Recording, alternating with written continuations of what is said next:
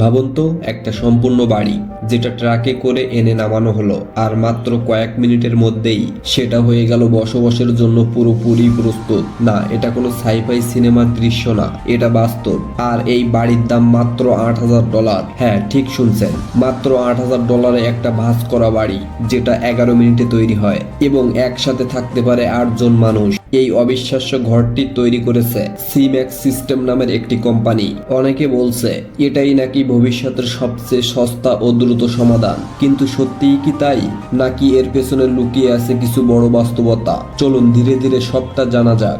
সিম্যাক্স system মূলত এমন বাড়ি তৈরি করে যেগুলো দ্রুত বানানো যায় এবং প্রয়োজনে সহজেই সরিয়ে নেওয়া যায়। এই ধরনের বাড়ির প্রয়োজন সবচেয়ে বেশি হয় দুর্যোগপূর্ণ এলাকায়, শরণার্থী ক্যাম্পে, সেনাবাহিনীর অস্থায়ী ঘাঁটিতে বা দুর্গম জায়গায়, যেখানে সাধারণ বাড়ি বানানো প্রায় অসম্ভব। এই টাইনি ফোল্ডেবল হোম আগে থেকেই পুরোপুরি প্রস্তুত করা থাকে একটি ফ্যাক্টরিতে।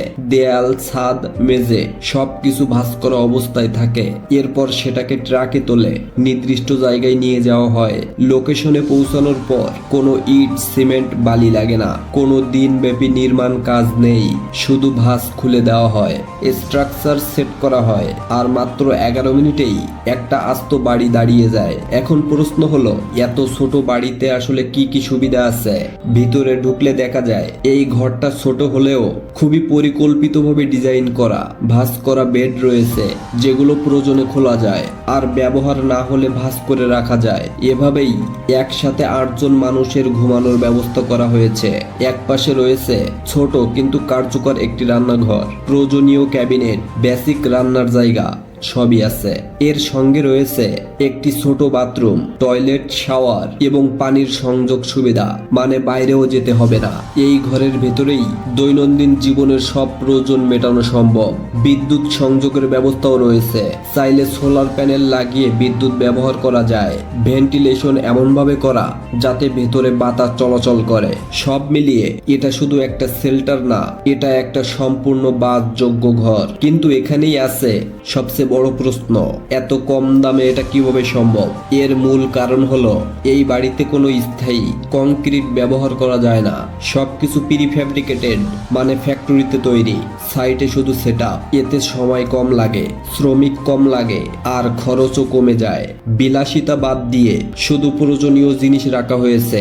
বাংলাদেশি টাকায় হিসাব করলে এর দাম দাঁড়ায় প্রায় 9 লাখ থেকে 10 লাখ টাকা, যেখানে আমাদের দেশে একটা সাধারণ ঘর বানাতেই 20 থেকে 30 লাখ টাকার বেশি লেগে যায়।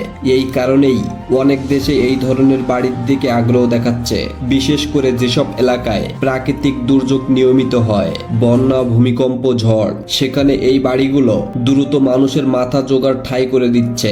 শরণার্থী সংকটের সময় এই ঘরগুলো খুবই কার্যকর সমাধান হিসেবে ব্যবহৃত হচ্ছে। এমনকি সেনাবাহিনীও এই ধরনের মোবাইল বাড়ি ব্যবহার করছে। তবে এখানেই শেষ কথা নয়, এই বাড়ির কিছু বড় সীমাবদ্ধতাও আছে। এগুলো দীর্ঘমেয়াদী স্থায়ী সমাধান নয়, ঝড় বা বৃষ্টিতে ঝুঁকি থেকে যায়। তাপ ও শব্দ নিরোধক স্থায়ী বাড়ির মতো শক্তিশালী না। শহরের জন্য এটা পার্মানেন্ট হাউস সলিউশন নয়, বরং এটা স্থায়ী, জরুরি এবং দ্রুত ব্যবহারের জন্য আদর্শ। তাহলে প্রশ্ন আছে, ভবিষ্যতে কি আমরা এই ধরনের বাড়ির দিকেই যাচ্ছি? বিশেষজ্ঞরা বলছেন জনসংখ্যা বাড়ছে, শহরের জায়গা কমছে, আর বাড়ির দাম আকাশ ছোঁয়া। এই পরিস্থিতিতে ফোল্ডেবল ও প্রিফ্যাব বাড়ি একটা বড় ভূমিকা রাখতে পারে। হয়তো স্থায়ী নয়, কিন্তু সংকটের সময় এটাই হতে পারে সবচেয়ে কার্যকর সমাধান। হয়তো একদিন আপনি নিজেই এমন একটি ভাঁজ করা বাড়িতে কয়েকদিন বা কয়েক মাস থাকার অভিজ্ঞতা নেবেন। মাত্র 11 মিনিটে তৈরি হওয়া এই $8,000 বাড়ি আমাদের ভবিষ্যৎ নিয়ে একটা বড় প্রশ্ন ছুড়ে দেয়। বাড়ি মানেই কি ইট, সিমেন্ট আর বছরের পর বছর নির্মাণ, নাকি বাড়ি মানে দ্রুত, সহজ আর প্রয়োজনে বদলে নেওয়া যায় এমন কিছু? এই প্রশ্নের উত্তর সময়ই দেবে। আপনার কি মনে হয়, এই ভাঁজ করা বাড়ি ভবিষ্যতের সমাধান, নাকি শুধু সাময়িক এক আইডিয়া? কমেন্টে জানাতে ভুলবেন না। আর মন চাইলে চ্যানেলটি সাবস্ক্রাইব করতে পারেন।